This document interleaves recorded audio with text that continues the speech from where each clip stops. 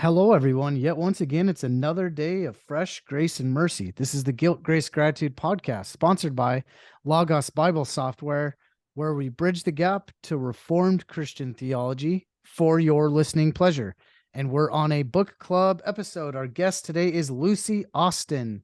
She wrote the recent book on Elisabeth Elliot. It's called Elisabeth Elliot, A Life. So she's going to be introducing us to this fantastic woman for Christianity, and she's gonna explain. If you guys don't know who Elisabeth Elliot is, you're gonna learn a lot about who that is, and a little bit more about this book. So it's published by Crossway. In our show notes, you'll see that link for Crossway. Click that link and get this book for yourself for sure. And then there's just other basic information about how to find us and subscribe to us on YouTube. You can find us on Twitter and Instagram, email, that kind of stuff. And so we definitely want to jump into this episode here really soon. But as always, we want to remind you guys, if you need to find a church to call home and are not a member at one right now, there is a local church finder as well on our show notes. So I'll let Peter further introduce our guest today, Lucy Austen. Yeah, it's my pleasure to introduce to our audience Lucy Austen, who's a writer, editor, and teacher who has spent over decades studying source materials on Elisabeth Elliot. And I'll talk about that a little bit more because I kind of sneaked some of her profiles and researched her a little bit before this. She has served on the editorial staff of the Spring Hill Review, contributed to various publications, and developed 2 high school English textbooks on prominent Christian authors. S.R. Austen lives in the beautiful Pacific Northwest with her husband and children. It's a pleasure having you on our show. Ms. Austen. Thanks. I'm glad to be here. This will be really fun. So, like I said, we always have kind of an icebreaker question that I don't send to the author or the person we're having on. So I snooped your Facebook profile before this, and I saw. So I've got 2 cats. I want to know you're a little bit about your cats. You have either 1 or 2 or some amount of cats. I wasn't sure. But what are your cats' names? So we have 2 cats. They're brothers. They're named Leo and Lambert. Okay. And they are orange tabbies, a short hair and a long hair. So. If somebody's on YouTube, you can see my orange tabby. Oh. Whiskey. So when I saw that, I was like, well, that reminds me of my cat. Yeah. So, Lucy, we have some connections, and I was thinking we're just going to have one. When she named her cat, I was like, oh, this is funny. Yeah. So I lived in Seattle for a long time, so I know the UW area very well. My wife is alum there. But also, you named your cat after my firstborn son, Leo. Yeah. That's funny. I have to tell you that Lucy has become more popular for names again with the under 10 crowd now. But when I was growing up, the only things named Lucy were usually little late old ladies poodles. Yep. So yeah. Yep. So totally. I can sympathize. Leo is a great name for a cat, actually, because it's Latin for lion. Yes. And that's true. Yeah. And Leo, my son, has kind of reddish hair, and you said your cat has red hair, so it's kind of a nice match. Are they actual like litter mate brothers, or are they like just okay? Yeah. Nice. Yeah. There you go. We call our cats brothers, but they're not from the same litter mate. Oh, okay. Yeah. But cool. Yeah. So beyond your cats or beyond your writing, let our listeners know 2 things, a little bit more about yourself, and then if you can draw that into how you came to write on and about Elisabeth Elliot. Yeah. Okay. So yeah, I live in the beautiful Pacific Northwest, and my family we have a little menagerie. We have the cats, and then we have goats, ducks, chickens, and we have a little orchard that we're always trying to keep the deer out of. And that's kind of what I do when I'm not reading and writing. But reading and writing has always been kind of my favorite thing to do. So I was an English major in college. And then I ended up working for a homeschool resource company, which provided curriculum, standardized testing, and then the correspondence courses for kind of support for parents as students got into the older grades. Hmm. And so I did high school English correspondence kind of teaching. And then I got, when they started developing a new literature and composition textbook series, I was involved in that. And so that was actually what ultimately led to this project, because the books all featured 8 different authors, and the students would read a mini bio of the author, and then they would read a work by that author, and then a lesson based on that work. And what I would do at the time was kind of check out all the biographies of that person from the library. And then from my notes based on all those different books, I would write my little mini bio. And when I went to do that for Elisabeth Elliot, I discovered that there were no full-length biographies for adults in existence. There were none. And so to write my little mini bio, I had to kind of go straight to source material for my research. And I was really intrigued by what I found about her. And so this project kind of came about from that intersection of my interest and then the gap in the material, the scholarship. Yeah, that's interesting. We'll talk about it more, but I mean, there's been stuff written on Jim, but that might, like you said there, I couldn't think of anything else that was written on Elisabeth. We'll talk about Jim and Elisabeth, and that's brings me to this question, because the vast majority of those who know Elisabeth, and maybe we're thinking slightly on the older crowd, at least older than us, know her because of her first husband, who was martyred in 1956, January 5th, 6th, one of those few first days, during an attempt to engage with Huani. I hope I'm saying that right, tribe. I should have looked that up. Little is known about Elliot besides this, Elisabeth, kind of on the popular level. However, you spend the first chunk of your book describing her upbringing. That takes maybe half the book up until after Jim, especially so the faith context that she grew up in. So yeah, her family was associated with the explosive growth of, if this is a term some of our audience knows, fundamentalist dispensationalism of the 20s and 30s. Her grandpa, if I have this right, was the editor of a widely distributed newspaper on Christianity and culture, the Sunday School Times. How did her upbringing, so kind of all this stuff, how did her upbringing, the stuff that's not known about Elisabeth, shape her and her view of the world and God?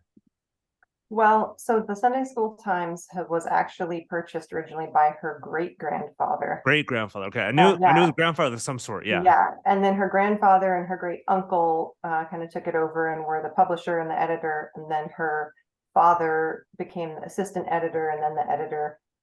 So that was kind of her family background for several generations, and that was a non-denominational. Yep.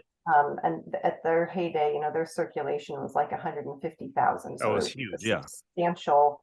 They supplied churches all across the country. And so they had to be, non-denominational to be able to serve that large readership. And her dad, Philip Howard, that was very much a conviction for him. He would talk to his kids about the strengths of different denominations and encourage them to view that, to view those denominations very much as, siblings under one umbrella, not in conflict with each other. And so that was an influence for her. And they attended, so her parents were missionaries before she was born with the non-denominational Belgian Gospel Mission. And then they moved back to the US when he took over the assistant editorship at the Sunday School Times. But they attended several different denominational churches over the years, just based on where they felt they had the best Bible teaching. Yep. So Episcopalian, Baptist, Methodist, Bible Protestant, I think I'm missing one, but several different. So that was kind of always the emphasis in their family. And then the kind of overriding or undergirding thing theologically was the holiness movement, or the Keswick movement, the victorious life. And you can really see that come out in her letters, her Yeah. journals, her early published writing, you can see the emphasis in a very personal, inner individual relationship with God, a very high standard for holiness in conduct, and not just external holiness, but internal conversion. So the whole person was involved in holiness. Strong emphasis on obedience, no matter the cost, dying to sin and self, participation in Christ's death. Those kinds of things really strongly shaped her. Yeah. So before next question too, maybe adding on to this, and this is kind of profiled throughout, and some of her friends noticed this, but like maybe what was Elisabeth like to be around when she was a young girl, and I mean like kind of throughout her adult life too? I think it depended on the situation, that she found herself in. She could come across as very intense. Yeah. She was often, especially, once she got about probably halfway through college, as she started to really feel like it was time to kind of set aside childish things and focus on God's will for her life. She could be pretty intense. And I think she could be off-putting to people because of that intensity. But she also had a really strong sense of humor, and when she was with her family, she had 5 siblings. They were very close all their lives, and they would just cry laughing together. She could do whole stand-up comedy routines from memory, and she could be really very funny. So yeah, no, it's cool to see both of these, not intentions so much, but like really depending on the people that she was with, really opening herself up, and not so much closing herself up, but she like rightfully so, she just held convictions so strongly that sometimes when people interacted with her, she wasn't trying to be mean at all. She was just like, yeah, this is what I believe. Like take it or leave it. Yeah. So getting into a little bit more of the depths of the story about her life, which is really, man, if you guys really soak in her life and understand it, read Lucy's book about this and watch YouTube clips, it'll bring you to tears, her story, because she has such a Christ-like response to pain and suffering, and such wisdom, which is like once in a generation. I almost kind of was watching this. I don't know if anyone's ever said this before. She almost seemed like a Protestant Mother Teresa to me.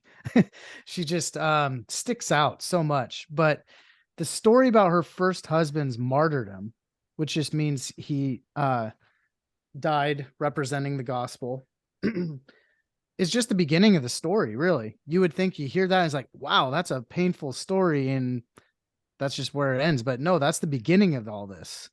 So let's go into that a little bit. The martyrdom of her husband. If a lot of you guys don't know what happened, you can recap that. Her husband, Jim, her first husband, on a missionary trip with a handful of other people to spread the gospel to a remote tribe in Ecuador. Please describe what happened, and why was there so much attention situated on Elisabeth right after what happened to her husband, and how did she respond,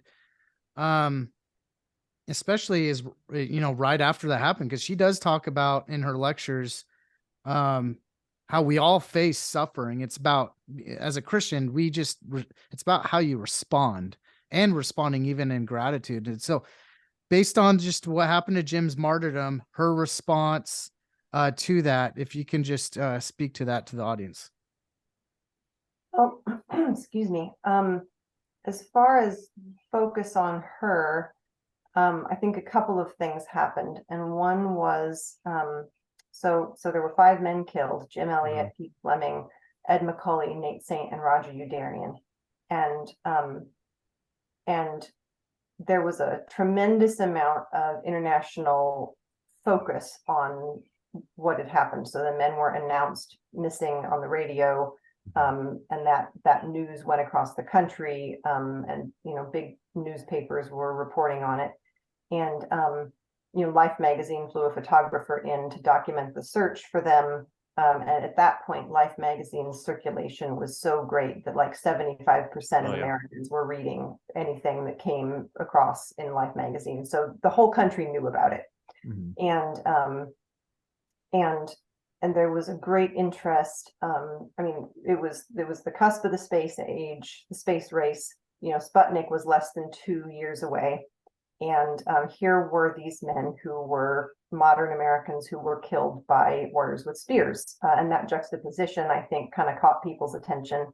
And then as various news agencies reported on the story and more became known, a lot of times it was kind of framed as a modern pioneer adventure story. And that was kind of a popular ethos at the time, not just in the US, where we kind of frame our national story that way, but again, internationally. And so there was this tremendous interest. And so the missionaries were approached by a big name publisher, Harper and Brothers at that time. They're Harper Collins now, I think. But so they were approached by Harper's, and this was just an economic proposition for the publisher.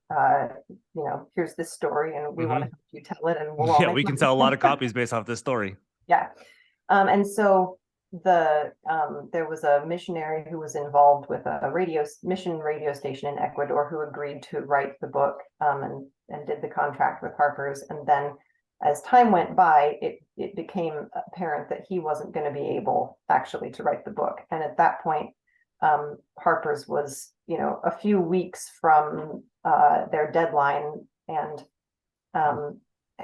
Elisabeth Elliot had already been working on writing her husband Jim's biography, and so she kind of had been thinking about his story already, and she had some materials that they had seen, and they'd been impressed by her, and they asked her to take over the contract and write the book, and she agreed, and she had about 8 weeks in which to write this story to meet the deadline. And she, because she had been so immersed in Jim's story, it was very natural to frame the book in his story. So it's a multi-biography. She tells the story of all 5 of the men who were killed, but the opening scene is Jim. The closing words of the book are Jim. And so I think that contributed to kind of tipping the focus from all 5 families specifically toward the Elliots. And I think you kind of touched on this in your question, but of the 5 women who were widowed, she was the one who had some linguistic training in reducing an oral language to writing. And she was the one who was on the scene when 2 Waorani women came out and initiated contact themselves a couple of years later. So she was the one who had the tools and the contacts to end up going in to live with the people group. And then Harper's wanted a book about that. And so the story went on after the men's death. And obviously the men weren't involved with it anymore, and she was. And so I think that really contributed to the focus shifting, from all 5 to the Elliots, and then from the Elliots to Elisabeth. And of course, then she kept writing books after that, and that kind of kept her name in the public view. So what was the second half of your question? There was more to it than that. I'll add to this a little bit, or just kind of direct the question, because again, towards the beginning, or when you profile the martyrdom, and the way that Elisabeth reacts to it, or like kind of doesn't react to it, because like her friends and those who know her is like, well, why aren't you kind of like emotionally in turmoil because of this? And like there's also why asking before kind of her upbringing and her faith, and kind of the expectations around holiness and keeping yourself together. Like how did that play in how she responded to Jim's death? Yeah, so you can definitely see the holiness influence. I mean, I think she really worked hard in the aftermath of his death to kind of live up to the slogan that was popular at the time in holiness circles, which was not just somehow, but triumphantly. Oh yeah. And she just, she worked very, very hard to focus on, the joy that Jim was experiencing in heaven and blessings that they had had in their life together, and not to dwell in her grief, almost not to pay attention to her grief. And she felt that the Lord helped her and supported her during that time and enabled her, to keep going. I think it's pretty apparent that shock also played a role in that kind of initial buoying up. And then as the first anniversary of his death passed, and she started the second year without him, the bottom kind of fell out of that, and things were very, very hard for her for a very long time. But she just kept doing what she knew to do, which was, she would pray the Psalms, she would sing hymns to redirect her focus from herself to the Lord. And she definitely, she took her grief to the Lord. So. Totally. Yeah. And it was like Nick was saying, it can, and she was rightfully bringing us to the Lord, but sometimes it can seem like, well, like, are you really actually going through the grief that your husband just died? That you're what, 20, she's in the mid-20s, the husband of about 3 years that she'd known for 8 or 9 years in total. And their courtship and their dating and all that stuff and their correspondences. And then all of a sudden to like, well, it's like, it's in the Lord's hands. It's like, I would totally understand. Like, it's like, you want to make sure that you're glorifying the Lord, but it's also, I think there's something like where she can't feel some of these things, that it's not holy enough. Yes, I agree.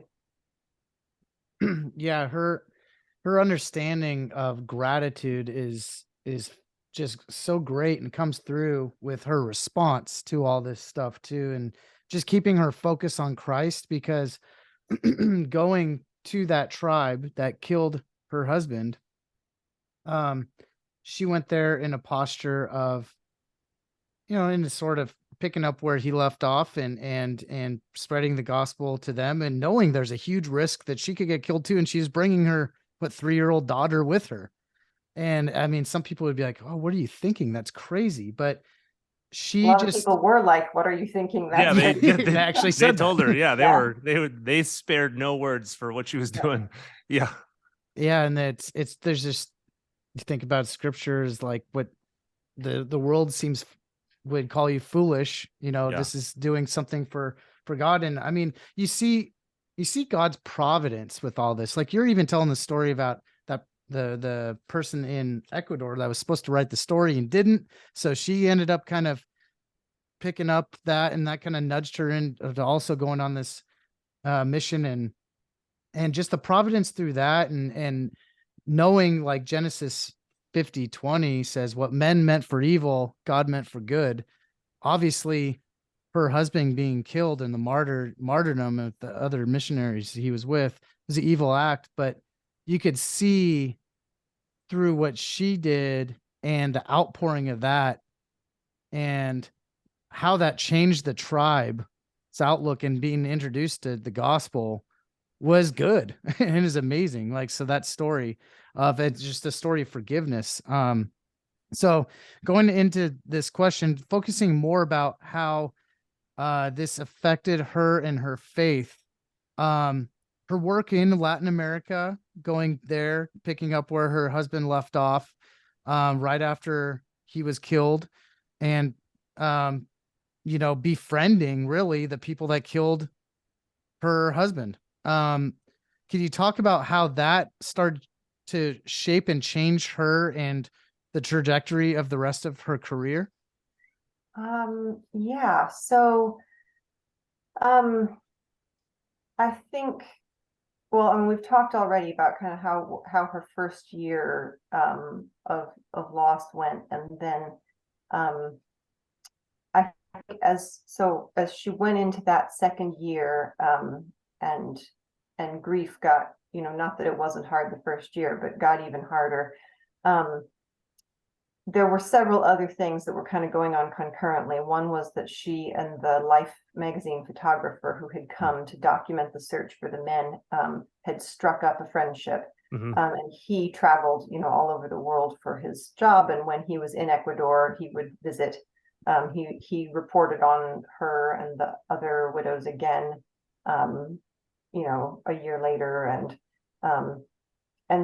he was non-religious, and he was always trying to understand where she was coming from and why the men had done what they did, and what her faith was, and so on. And she really found that when she tried to talk to him in the church language that she had grown up with, he didn't understand what she was talking about. Not because he wasn't a brilliant man, but because it was a very specialized vocabulary. Yeah. That he didn't And have she recognized exposure to. that, like, well, maybe I shouldn't be speaking other Christianese to this guy because he doesn't know what I'm saying. But having to try to turn Christianese into ideas that everybody would understand really caused her to start thinking critically about what it was she did believe. And her relationship with her publisher contributed to that. And then when she started actually living with indigenous people, first, she had lived kind of among indigenous people a good deal of her time there, but she moved into first a Quechua home with a Quechua family, and then later, went and lived with the Waorani, and that really was a paradigm shift for her and caused her to start thinking really deeply about what was American culture, what was evangelical culture, what the scriptures really said. And so all of those things, I think her grief opened a door, but all of those things kind of contributed to a shift in her thinking. And then her efforts on the mission field kept not panning out. Yeah, they didn't work. Yeah. They kept failing to live up to what she had always been taught growing up, the mission field looked like, and it's like the most glorious vocation you could possibly have at that time. And she's like, this is not what I thought it was going to be. Yeah.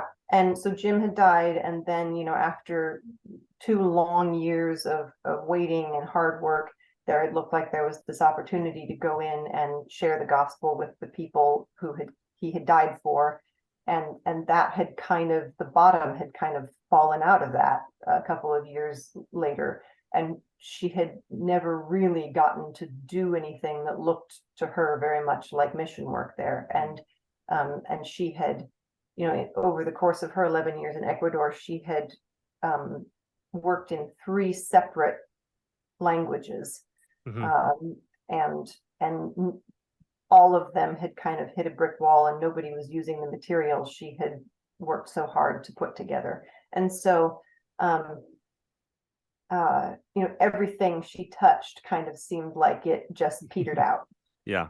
And so all of that, I think, contributed to kind of her changing view, and her coming to see things as a lot less clear and cut and dried and black and white than she had started out thinking that they were.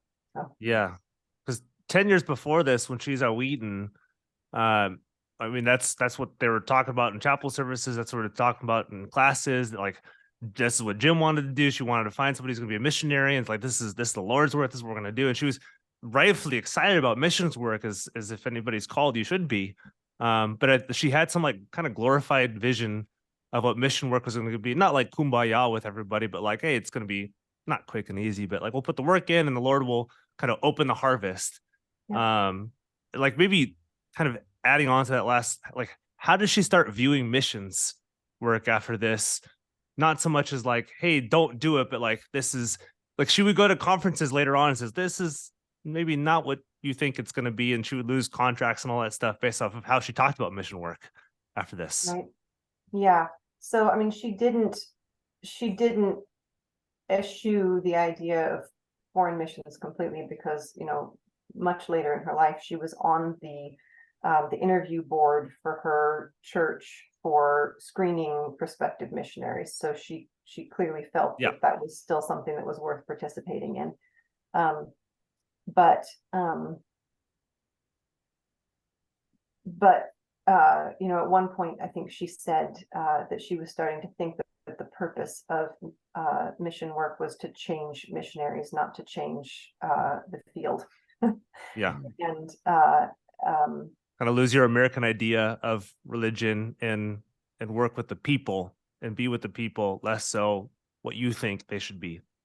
Maybe, yeah. I think anybody who's interested in kind of what her ultimate view of missions work came to be should get a hold of her novel, No Graven Image, and read that, because that was kind of her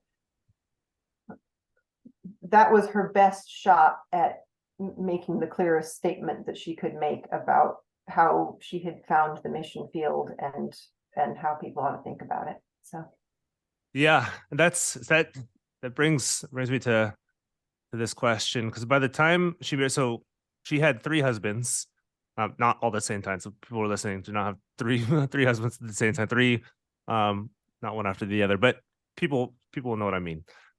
She married Addison Leach, who's a little bit older than she was, and by this time she was an internationally recognized speaker. You've kind of already kind of breached this topic. She'd been written a couple books, traveled extensively, cared for her daughter, whom she had with Jim. So I imagine that probably also brought up some stuff for her as well. Her life seemed to be pulled in every direction. And then Addison Leach died after having been married to him for about the same amount of time as she was married to Jim. But she responds to Ad's, I mean, that's what she called him, Ad's death, very differently than she responds to Jim's. And this one really got to her. This one really tested her.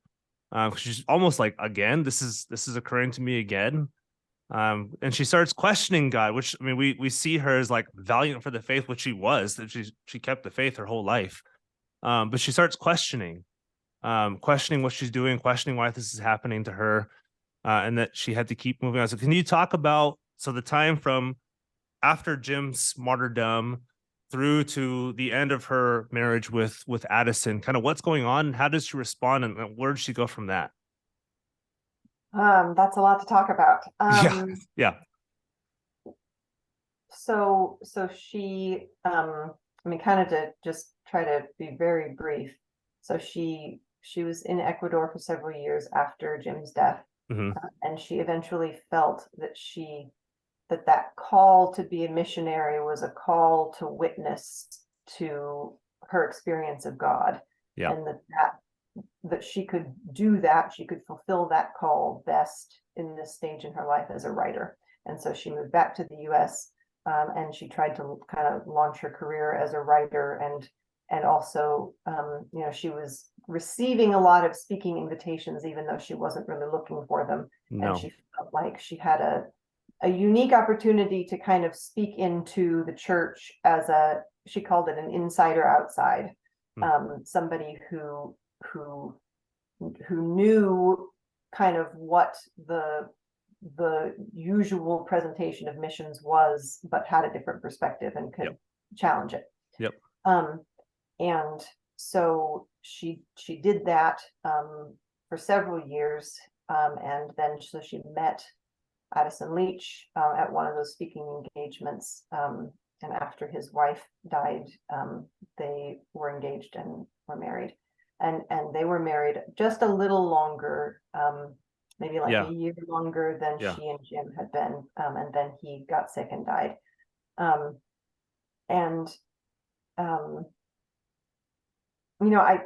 You said that her response was very different, and I do think it was very different in that I don't think she felt anymore that she had to kind of stiffen her upper lip and make this triumphal response in order to redeem what had happened. I think she felt, she could acknowledge his suffering. She could acknowledge her grief and loss. She could acknowledge that God had not answered their prayers, and that she didn't have an answer or an explanation for that. So she was much more able to just kind of let the situation be what it was, I think. On the other hand, I mean, I think both times she kind of took her grief to the Lord, and she tried to, not dissolve into self-pity. And her slogan, her way that she phrased it was "do the next thing." And so she very intentionally sat down and evaluated, what does God have for me here?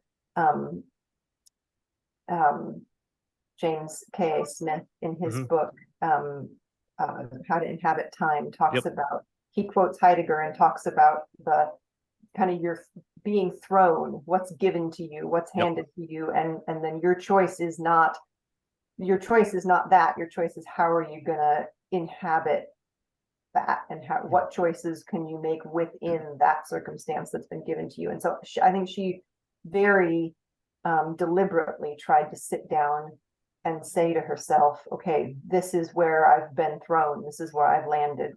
What am I going to do here? How can I best serve God and serve other people here?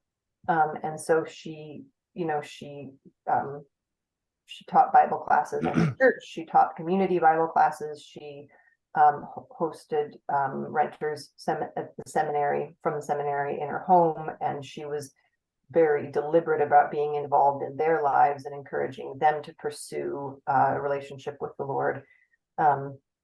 So that was how it influenced her life going forward, was that she really looked for what's my calling within this circumstance, even though I wouldn't have chosen the circumstance. And how do I fulfill that? So yeah, I'm gonna change the direction of one of my questions just based off of what I'm hearing, and just what I remember from the book. And it's been talked about, and I think it's proper here. So she wrote more than I can think of, and she spoke everywhere. Maybe taught like where did this stuff come from? How did where did all this writing contracts come from? Why was she being invited to go everywhere? What did she speak? I know this is I'm throwing a lot at you, but yeah, she was an international speaker, spoke everywhere, got tons of requests, and then wrote like nobody's business, read like nobody's business. So maybe talk a little bit about like her speaking and reading and writing life during this time, because she's well known outside of her marriages. She's a force. Yeah. Okay. Well, so I mean, she had a lot of speaking requests. She got to the point where she accepted engagements exactly 18 months ahead of time. No more, no less. If you weren't in that window, you were out of luck. Oh my gosh, she just had no other way to narrow down, what she was going to do. So her schedule, her speaking schedule for the year was always set a year ahead. Which is an incredibly regimented way to live.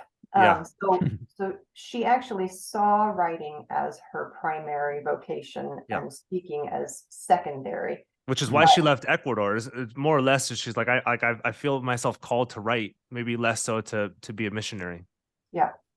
But speaking kind of grew and took over her life in a lot of ways, I think. But yeah, she would, she was she was widely read. She tried to read on, read in ways that would inform what she was writing about at any given time. I loved her view on Christian art and Christian reading, not just reading Christian books, but Christians who write and who read. I loved some of the stuff that she talked about with that. Yeah. And she thought a lot about that. I mean, she tried to be very intentional about figuring out what it meant to be a good writer and to do that well. So but yeah, so she, she did read a lot. Her writing, I mean, I think first was influenced by, you know, Harper's was interested in stories about Ecuador. Mm-hmm. And so a good handful of her books were about that. She was also writing magazine columns regularly, and those would be compiled into a book. So a lot of her books that are collections of essays, that's where those came from. And those would be more taken kind of from her daily life. So walking the dog and looking out her window at the ocean and what was going on in her family and that kind of thing. But also her writing was very much directed as time went on by what people were asking, what kind of questions people were asking her, both at speaking engagements in the Q&As afterwards, and also she received just an incredible volume of mail of people writing to ask, treating her like their personal Ann Landers, and to ask her for advice about their specific situation. And the volume of interest was just a flood, a tsunami. Yeah, so much so that she had like a stock response that she would send people when it was like kind of on this topic. She would go send this letter off and just sign it instead of just writing this whole thing out. Yeah, eventually she felt like she didn't love that, but I think she felt like she had to, because there's no other choice. To keep up with the mail otherwise. So I mean, her later books, you mentioned at some point Passion and Purity. That was very much an attempt to answer all the fan mail in one fell swoop, so to speak. So a lot of her later writing was very directed by what people were interested in. Also her book Quest for Love, which is kind of like a sequel to Passion and Purity, and was one of the last things she wrote. Again, very driven by public interest. So you mentioned her being connected with kind of purity culture. What's very interesting to me about that is that I think is teasing out what came first there, the chicken or the egg, because people really grabbed onto those books and kind of used them as a map and a guide in a way that I'm not sure I don't think she necessarily meant them to be used. Okay. But also she only wrote them because people were already asking her that makes sense about these things. So that interest was there, which sparked the books, and then the books kind of fed, so. Sure. Yeah. And so my last kind of like quick little question, just an addendum to what I last asked before Nick's last, because I know Amy Carmichael, she quotes her everywhere and every time that she possibly can. But who were some of her big influences, and how do they influence her both in her writing and her speaking? Well, I would say Amy Carmichael was by far. Oh yeah, number one by a long shot. Far and away beyond everybody else. I mean, I think she thought in Amy Carmichael quotations for a lot of her life. Yeah, she responded in Amy Carmichael and would just like send it off. Yeah. I know she appreciated Lilias Trotter. She really had a strong appreciation for George MacDonald, and found his writing, both fiction and nonfiction, to be really helpful. Who else? She loved the J.B. Phillips New Testament specifically. She lost it at one point. Yes, yeah, she lost her copy that she'd had for so long that had all her notes in it, and she never got it back. No, she was really bummed out. Yeah. So George MacDonald is probably the other one who really stands out as having been, she was reading him for years and years and years. And then, I mean, she just loved, she loved Anna Karenina. She loved, what's J.D. Salinger's? Catcher in the Rye.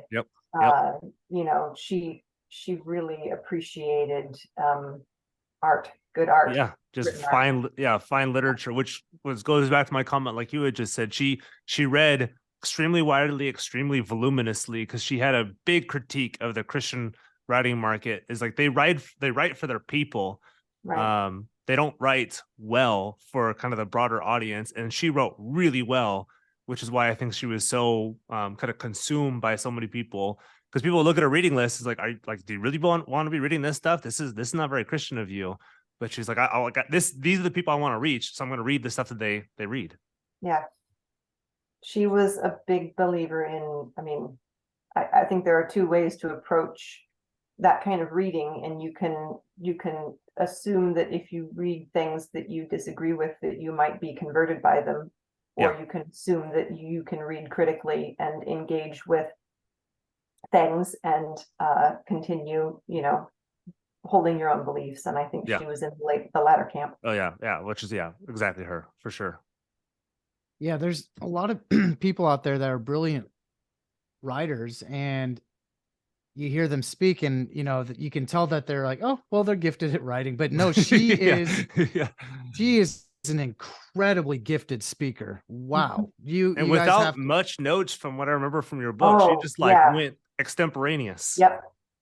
She right. prepared, and then it was all here.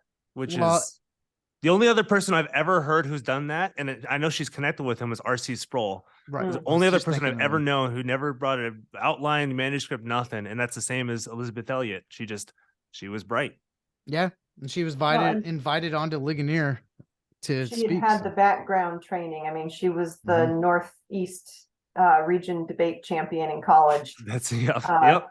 And so and I mean, she had started training in public speaking in high school, and that continued through college. And she said at one point, it was after Jim had died, she was back in the US writing through Gates of Splendor, and she had been asked to speak somewhere at the last minute and had accepted. And she said, oh dear, I just don't think speaking, I'm just not cut out for it.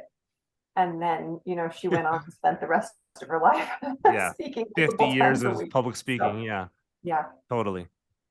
Yeah, if you guys go and you can easily find some clips of her speaking, and she's incredibly articulate and clear.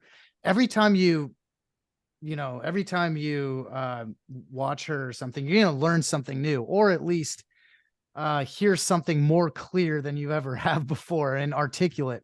Just I think her transitions and her pauses are just really spot very on. few verbal ticks. It's just she moves from one thing to the next, to the next, to the next, very logically, very methodically. Yeah. So you'll know, because you will listen to her and you can't stop listening to her. You're kind of like sucked in.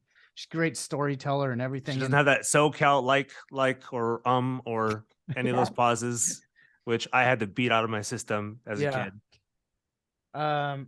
Speaking of that, there's some of my favorite things that I've heard her say, that when she talks, she's had a few lectures where she opens up talking about the definition of suffering. I think she says it this way: suffering is wanting what you don't have and having what you don't want. And I was like, wow, that is very profound. And suffering is never for nothing. She has a whole lecture on that. So I wanted to throw that in there. But one of my last questions is talking a little bit more about her faith and views on culture and traditions that kind of adapted throughout her life based on her experiences. And I know, growing up, from a young age, she was in a household that was very Christian. And then shortly after that, when she became married, first marriage, second marriage, tested her faith and trials. And then she was exposed to other cultures and faiths, and she was really perplexed and confused by them. But as time went on, her later years, she kind of came to, understand those other types of faiths and cultures is really beautiful. And so there was a change in her attitude and on that, and she joined the Episcopal Church halfway through our life. So going back to the questions, just can you talk more about her faith and views on culture and traditions as they matured through her life? Yeah, I think so. So, and we talked about how Jim's death and kind of the events in the aftermath of that, and also the kind of interdenominationally ecumenical faith of her parents all kind of formed her thinking. her brother Tom was a really strong influence on her thinking, and he Mhm. entered the Episcopal Church a few years before she did. They were very close, and they loved to talk over ideas and share book recommendations back and forth. So he was a big influence. But there's a quotation from her book, A Slow and Certain Light, Thoughts on the Guidance of God, where she kind of addresses this. So she says, I grew up in a middle-class fundamentalist family in Philadelphia. I saw a certain kind of Christianity in operation, and to me, that was what it meant to be a Christian. It took a while for my imagination to go to work to apply that vision to people in other categories. But in the meantime, God met me where I was. When I began to learn of the wideness in his mercy, my faith began to grow, and I saw that salvation was a scheme of infinitely vaster dimensions than I had dreamed. And here I had been worrying about whether I would recognize the voice. Whatever our views, they are probably too narrow, but the wonderful thing is that God is willing to start there. So I think that she, she still later in life reached, considered opinions on things. She could argue very forcefully for things that she believed. But I think she became much more able to kind of to rest in the character of God, to trust the character of God, and to see that as the foundation for our security rather than having to get things just right theologically or denominationally or even personally. So Yeah. Oh, maybe I want to dig in just a hair on this. Because there's some comments that you profiled in her journal, as you quote that more towards the beginning-ish of the biography, where she's like wondering, like, why are people naked over here? Why are they doing this over here in this tribe? And then, like, is because she's kind of maybe bringing in some cultural assumptions to another people group that don't share those cultural assumptions. Like, maybe, like, how does like that change between, or does it change throughout her life where she realizes, like, this is not the only expression of Christian faith. Oh, I mean, I think that there was a big shift there for her as she lived with the Wairani. Her communication was so limited, and she had to decide what were the essentials of the faith that were the most important thing to communicate, and what could go by the wayside. And I think she had a very a sense that was maybe ahead of her time in some ways, of really wanting to let, all she wanted to bring was Jesus. She really wanted to let the Wairani make their own decisions about everything else related to contact. How much more contact with the outside world did they want? What kinds of changes did they want to make? She would have liked to see, I think, maybe less cultural change than there was personally, but she felt like that was not her call to make. That was their call to make. And her job was to figure out how the words of Jesus by themselves could be communicated. And so to do that, she had to do a lot of thinking about, well, what knee-jerk reactions do I have that are really scripturally founded, and what knee-jerk reactions do I have that's me, I grew up in a place where we wear clothes, or that's, and those things she very consciously set aside. Which led how to do. I mean, like you talked about, led a little bit to her critique of some American missionary work, where you live kind of in the suburbs and then you go into the area and you talk to them and bring the gospel, or sometimes you kind of bring the like American expression of the gospel, versus kind of what she did, where, like, not what she did, but it's like she lived with the people. But yeah, that's kind of what led a little bit to her critiques later on, which is we haven't talked about as much, but why a lot of missionary groups were not super fond of some of her ideas on mission work. Later on, she got disinvited, or contracts were canceled based off of she did not have like a glorious view of what Americans are doing missionary wise. Although interestingly, it tended to be the organizations stateside who were displeased with what she was saying, Yeah. and the missionaries in the field were much more. Oh yeah, they're like, that's exactly right. Yeah, totally. Yeah. Yeah, but it was kind of the American expression of it. They're like, oh no, we can't say that. This is the way we do it. It's like I did it for 10 years. I think I know what I'm talking about. Yeah. Yeah. So my final question is kind of a fun one. Based on your research about Elisabeth, you've obviously probably had a lot of fun time researching her. Interesting woman. What, based on learning more and more about her life, what are some things that have kind of been aha moments or really surprised you about her story? Oh man. I don't know. I don't know that there were aha moments as much as kind of in the big picture. You know, she comes across in her writing and speaking so collectedly.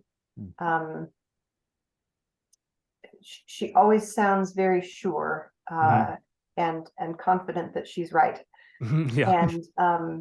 And in, you know, in reading kind of her more private writing over the course of her life, you know, she was, those considered positions took her a lot of time and wrestling and internal doubt and hesitance and prayer and sometimes anguish to get to. And so she just, I mean, I think she can come across as this kind of I've always held these things, and now I'm going to tell you what I've always held. Yep, and almost cold and hard, you know, like it or lump it. Which is how a lot of people responded to her most of the time. But I don't think that's the whole picture. I mean, she did hold some positions very strongly, and she could be very dogmatic in the way that she presented them. Yeah. However, there was this whole internal life that that she kept pretty private, and not very many people were introduced into. So she, you know, she was, it's cliched to say, but she was human. Yep. And you know, you said this is what I hold and what I've always held, and you know, that was very much not the case. She changed her beliefs and her positions on various topics over the course of her life, and it wasn't even that she had a consistent arc in one direction. You know, she would start out at point A, move to point B, later go back to point A, and so that kind of just the complexity and the messiness of her life, I feel like is one of the big takeaways for me, because I think really that's all of us. Oh yeah. Totally. And the God who is big enough to hold her messiness is big enough to hold our messiness. And you know, she just by virtue of the fact that she held contradictory positions at different times in her life, sometimes she was wrong, you know, and she didn't necessarily know when she was wrong, and we don't necessarily know where she was wrong, but God still says that you know, he's going to work all things together for good for those who love him. And her big thing in the last years of her life, as you know, her catchphrase for her radio program was, you are loved with an everlasting love. That's what the Bible says. And underneath are the everlasting arms. And that was her, you know, that was what she based her life on. Yeah. Based off of what this is, I have to add this. It's kind of part of one of my questions that I struck off. I have to imagine some of this you saw and read in like her later years, especially married to Lars. And the difficulty she had in that marriage, where she held some stuff very strongly. And so she kind of had to, she not bite her tongue, but she's like, how tightly do I hold to some of these things? Especially with woman submission to man, and whatever he says is right, no matter what he says. And I just have to just go with it. Because she, not to say that their marriage was bad, but like, what was it like reading some of her stuff when she was married to Lars? I mean, I think anytime, at any of the points in her life where, she was doing hard things, I mean, I think, it's hard to read somebody suffering. I ended up the year, the time period where I was writing the chapter in which Jim is killed. I ended up, just by chance, I was writing the sequence of events leading to his death at the time that it happened. And it was just a very somber, very moving. I mean, I've read that story now, I don't even know how many times, and it's still, it still gets me choked up. Yeah. And so, yeah, I mean, it's when you think about how hard things were for her, it's very moving. Yeah. And if I may add too, to close this out, you actually answered what I was going to ask too, but I want to hear it again, maybe.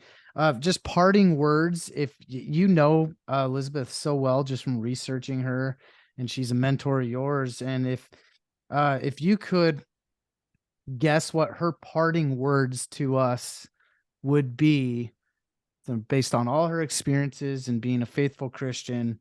And I know you said she kind of closed out in the later years of her life saying, "You are loved with an everlasting love." Would that be appropriate? What you would guess her parting words to us would be? Yeah, the other contender I would think of would be what she wrote to her parents and Jim's parents, after Jim had been killed, and when she was preparing to take her little girl and go in and live with the people who had killed him. And she wrote them a letter explaining, what was going on, letting them know, how long it would be between letters to try to help them not worry. And but she said, basically, you're just going to have to start trusting God for me, not trusting him that I'll live, not trusting him that everything will be okay, just trusting him. And I think that was the bedrock of her life, just trusting him, regardless of what happened. But she was able to do that because she was loved with an everlasting love. So I think the Lord Jesus was the love of her life. Yeah, that comes very clear throughout the entire biography, is her love driving her through everything, and whether it be through anguish, through suffering, through joy, whatever it was. That is I mean, the constant drumbeat that I think you find throughout this biography, which I said it before the recording and I'll say it now. It's I love the book. And I texted Nick at the end of the book. It was the last page or so. It was one of the very few books that we read for book clubs that kind of got me a little bit. It was the way that she left this world that got me. And I would state the same for you and for a lot of people who are going to read this, that this is she was faithful to the end, and that was hard to read at the end.